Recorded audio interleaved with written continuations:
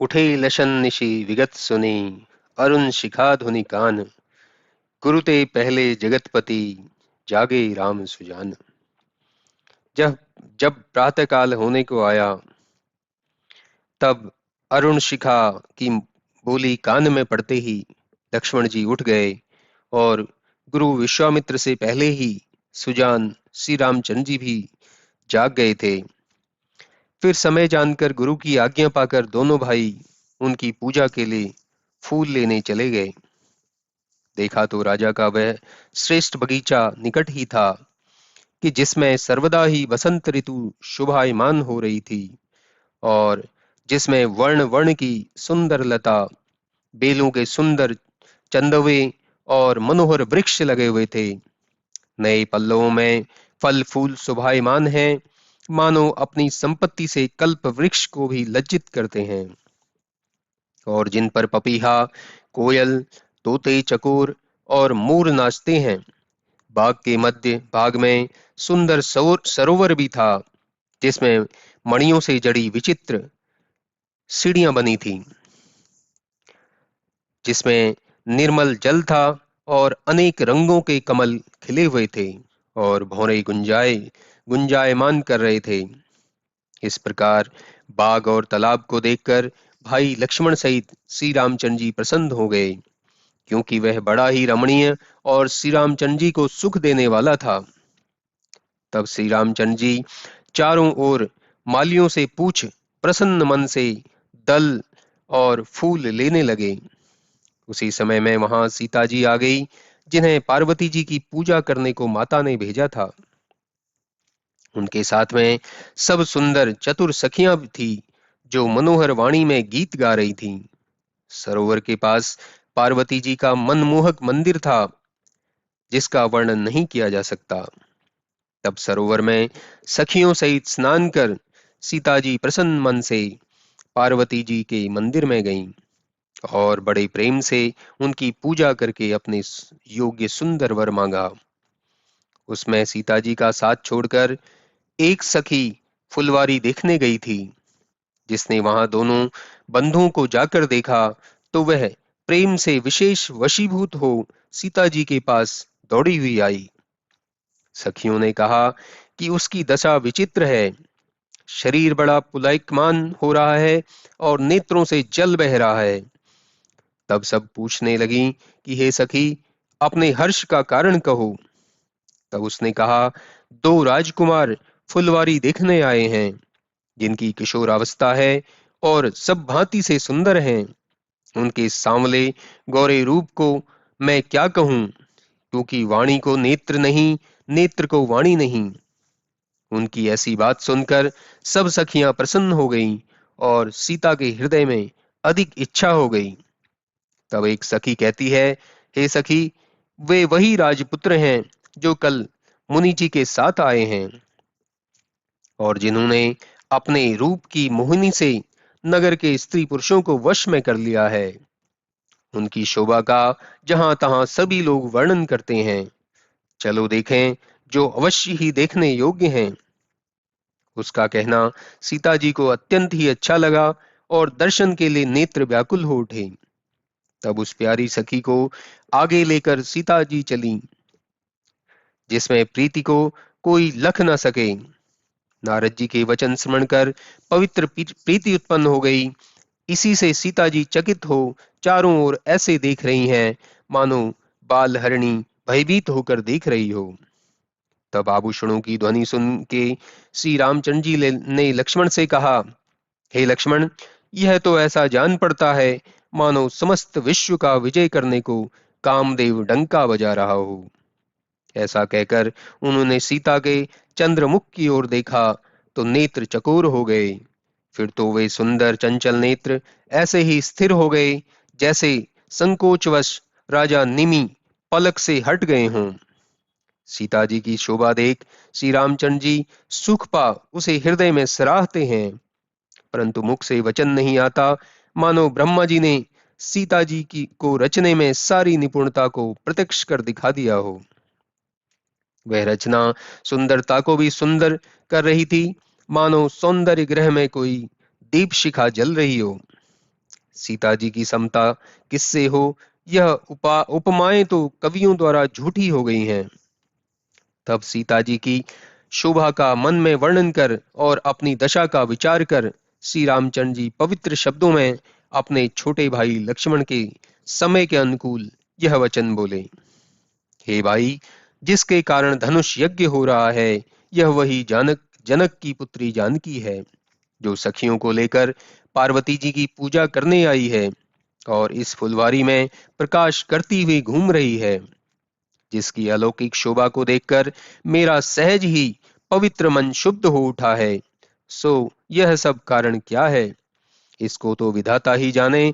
किंतु हे भाई सुनो, मेरा दाहिना अंग फड़क रहा है।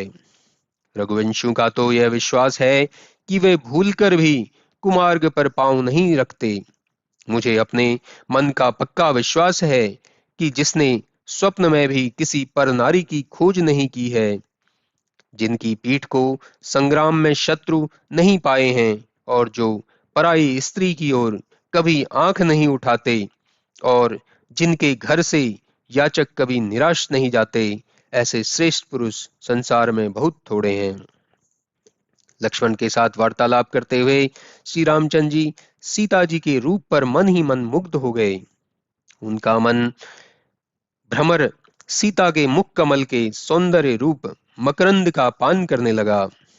इधर चकित होकर सीता जी चारों ओर देखने लगी कि वे मन के चाहे किशोर कहाँ गए।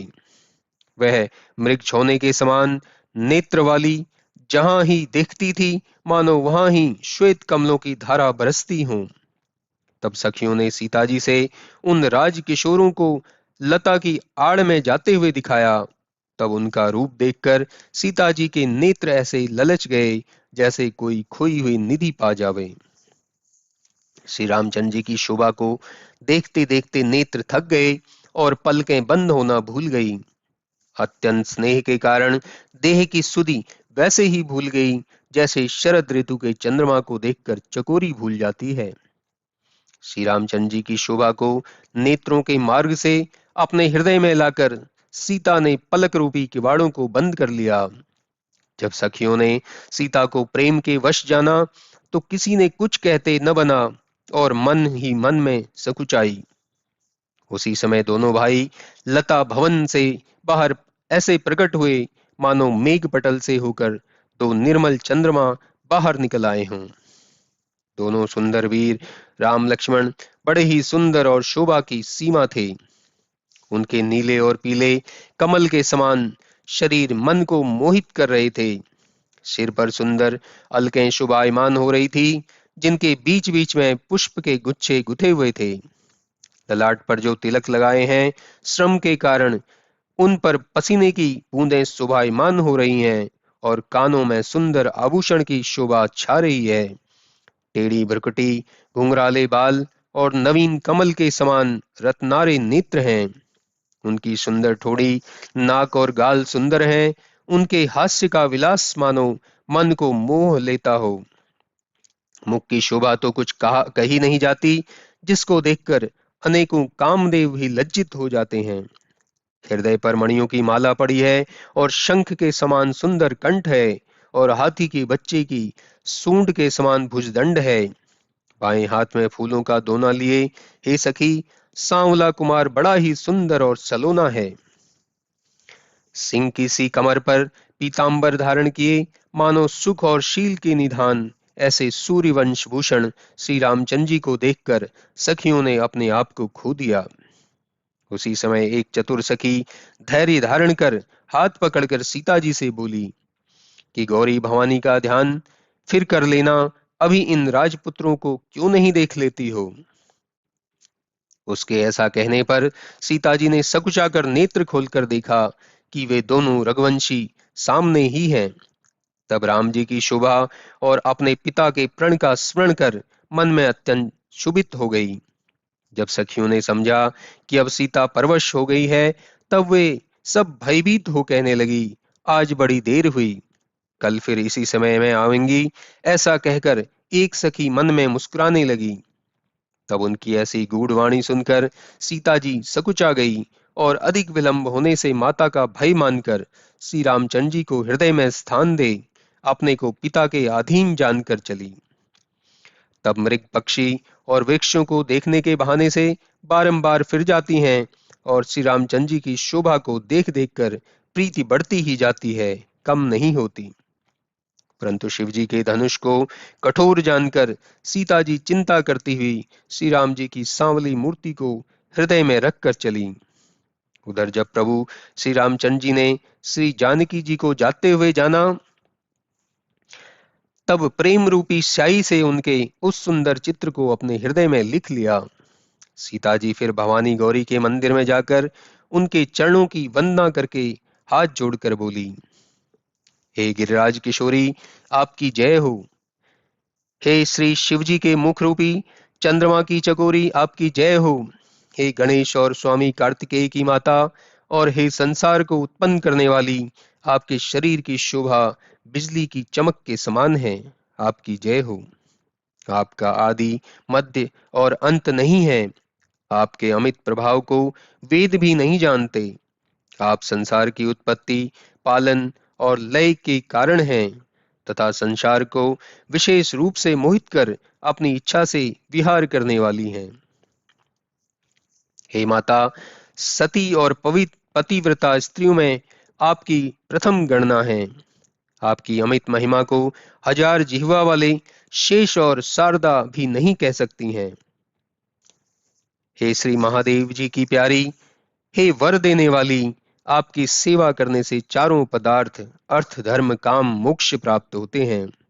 हे देवी, आपके चरण कमलों की पूजा कर देवता मनुष्य और मुनि सब लोग सुखी होते हैं।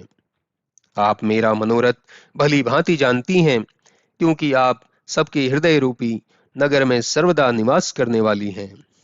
ऐसा कहकर सीता जी पार्वती जी के चरणों में गिर पड़ी और अपने कारण को प्रकट नहीं की। सीता जी की इस प्रार्थना से पार्वती जी प्रेम के विवश हो गई। उनकी माला गिर पड़ी और मूर्ति ने मुस्कुरा दिया। तब सीता जी ने सादर उसे अपने सिर पर रख लिया। तब हृदय में हर्षित हो पार्वती जी बोली, हे सीते, सुनो, हमारा सत्य आशीर्वाद है कि तुम्हारी मनोकामना पूर्ण होगी। नारद जी का वचन सर्वदा ही पवित्र और सच्चा है। जो वर तुम्हारे मन को रुचा है वही मिलेगा। मन जाहि राचेऊ मिलहि सोवर, सहज सुंदर सांवरो, करुणा निधान सुजानशील, स्नेह जानत रावरो। यही भांति गौरी आशीष सुनिसिय, सहित ही हर्षित अली, तुलसी भवानी ही पूजी पुनि पुनि, मुदित मन मंदिर चली। जिस वर को मन में प्रसन्न किया है वह स्वभावतः सुंदर सांवला वर तुम्हें मिलेगा, क्योंकि करुणा के समुद्र शीलवान चतुर श्री रामचंद्र जी तुम्हारे स्नेह को जानते हैं। इस प्रकार भवानी पार्वती का आशीर्वाद सुनकर सीता जी सहित सब सखियां हृदय में प्रसन्न हो गई। गोस्वामी तुलसीदास जी कहते हैं कि पार्वती जी की फिर पूजा करके सीता जी मन में प्रसन्न होकर अपने घर की ओर चली। तब श्री पार्वती जी को अनुकूल जानकर सीता जी के हृदय में जो हर्ष हुआ वह कहा नहीं जाता। उनका सुंदर और मंगलों का मूल बायां अंग फड़कने लगा। इधर अपने हृदय में सीता जी की शोभा को मन में सराहते हुए दोनों भाई गुरु के पास चले और सरल स्वभाव वाले, जिनमें छल कपट का स्पर्श तक नहीं है, ऐसे श्री रामचंद्र जी ने पहुंचकर वहां पर का सारा समाचार विश्वामित्र जी से कह सुनाया। पुष्प पाकर मुनि जी ने पूजा की और फिर दोनों भाइयों को आशीर्वाद दिया कि तुम्हारे मनोरथ सफल होवें। यह सुनकर श्री रामचंद्र जी और लक्ष्मण जी सुखी हुए। फिर भोजन करके महाविज्ञानी मुनि विश्वामित्र जी कुछ प्राचीन कथाएं कहने लगे। दिन का अवसान होने पर गुरु जी की आज्ञा पाकर दोनों भाई राम और लक्ष्मण संध्या करने चले।